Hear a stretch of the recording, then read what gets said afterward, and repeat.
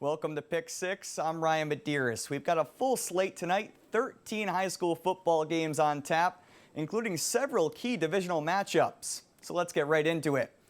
The Sun's setting over Pawtucket this Friday night as St. Ray's hosted LaSalle at Max Reed Field. Now, Saints getting things started right out of the gate. Tashad Brown with a pass to Onasis Soriano, a swift move for him, and he dives in for the score. They pick up the flag on that play, so St. Ray's is out to an early lead. LaSalle quarterback Sam Perry grew up in a football family, so there's no doubt he's heard about the immaculate reception. How about this? Jalen Mosley snags the deflection and takes this one to the house. Rams strike right back, and Perry wasn't done there. He lofts this one up to the back corner of the end zone and finds Andrew DeLuise. Did he keep his feet in? He says he did. Refs taking a moment here, and touchdown. LaSalle goes on to beat St. Ray's 42-25. Hendricken hosting Central with the student section feeling so good as they belt out Sweet Caroline for Jersey night. Tied at 14 entering the third, Isaiah Brito calls his own number and the QB keeper puts the Hawks on top. Central trying to answer. Nice pass on the move from Jerry Nicolo for the first down and then some.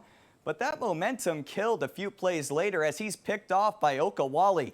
Hawks capitalize as Jeremy Seide rumbles in for the score here. Hendricken wins 34-14. Cumberland cheerleaders with some school spirit in front of a packed homecoming crowd at Tucker Field. In the first quarter, Portsmouth already up 6-0 when Adam Kokini hits his man Joseph Sanderson for the touchdown. That's Sanderson's 8th of the season and puts Portsmouth up 2 scores. Clippers answer though. Backup QB Owen Horvath comes in and leads the touchdown drive, capped off by this catch and run by Brady Smith. In the end though, Portsmouth goes on to win 35-14. Cranston West hosting Barrington in yet another Division I battle. Zeros on the board with 5 minutes to go before the half, but Zachary Borges fights his way in for the 5-yard touchdown to put the Eagles up. Didn't last long though as the Falcons then march down the field, and it's Taylor Mackay forcing his way through just seconds before the break. He'd go on to score the game winner in the fourth quarter as Cranston West wins 14-7. Oker cheerleaders on the road in a big Division II matchup between Coventry and Lincoln. Fourth quarter, Coventry needing a score, but this one falls to the turf where Aiden Rodriguez jumps on it to give the Lions the ball. Ensuing possession for Lincoln, here's Scott Nickel, who drops back and has a wide open man. That's Reed Fortier in the end zone for the score. Lions get the win 37-15.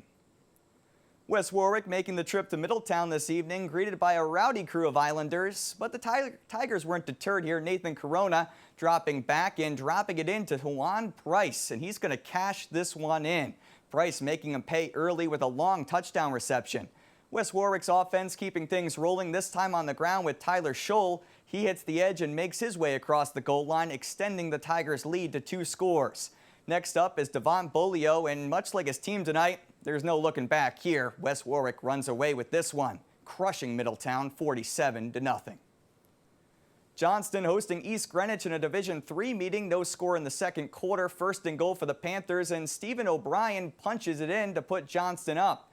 The big play of the night comes on their next drive. Ethan Archambault airing it deep to Lalo Harrison Perez. He wrestles it from the defender's hand for this incredible catch. That sets up another O'Brien run as Johnston wins 21-14.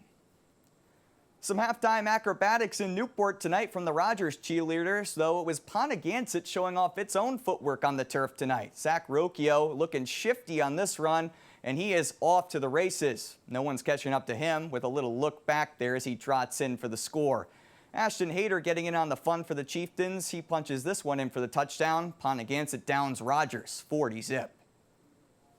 Another Division III matchup between North Providence and Charahoe. First quarter, Jaden Allard drops back and drops a beauty into Josh Rivas, who gets behind the defense for the score. Cougars jump out to a quick lead, and next Charahoe drive, they're forced a punt deep in their own territory where Tristan Oliveira comes in for the block. Jonah Cedeno jumps on that loose ball. North Providence wins big, 39-6. Over to Mass, a little in-sync performance by the Attleboro Marching Band at halftime tonight. But before that, the Bombardiers offense looking rather out of sync against Franklin. Braden Jones scrambling out of the pocket and coughs this ball up. Christian Primpa says, "It's going to be me." Panthers turning that turnover into points. Alex Weber rushing it in for the score on this one to put Franklin up 12-zip. Attleboro looking to get on the board at the start of the second half. Here's Jones again, but he's picked off by who else? Sprint Boss comes up with the ball again. Franklin defeats Attleboro 27-6. Over to Seekonk, the Warriors hosting West Bridgewater in front of the John Moran press box, recently dedicated to the late athletic director. But it was all Wildcats tonight. Here's the pitch out to Ty Holmes, one of 4 scores for him on the day. West Bridgewater rolls over Seekonk 55-12. Fairhaven hosting Bourne, and how about this entrance? Fairhaven's Evan Lamontagne with the pass to Josh Vieira. This play covers 25 yards for a touchdown in a 7-0 lead. Lamontagne not playing favorites. Here he heaves it up to Aaron Legou. That's a 45-yard touchdown here. Fairhaven goes on to win 42-8. Now to Greater New Bedford Voc Tech against Old Rochester. Connor Nelson hands off to Cameron Pepin. He takes it in for a short rushing touchdown. And in the fourth quarter, Bulldogs up big. Connor Nelson with the QB keeper coming up here. You'll see him cross the goal line. Old Rochester wins it 40-0.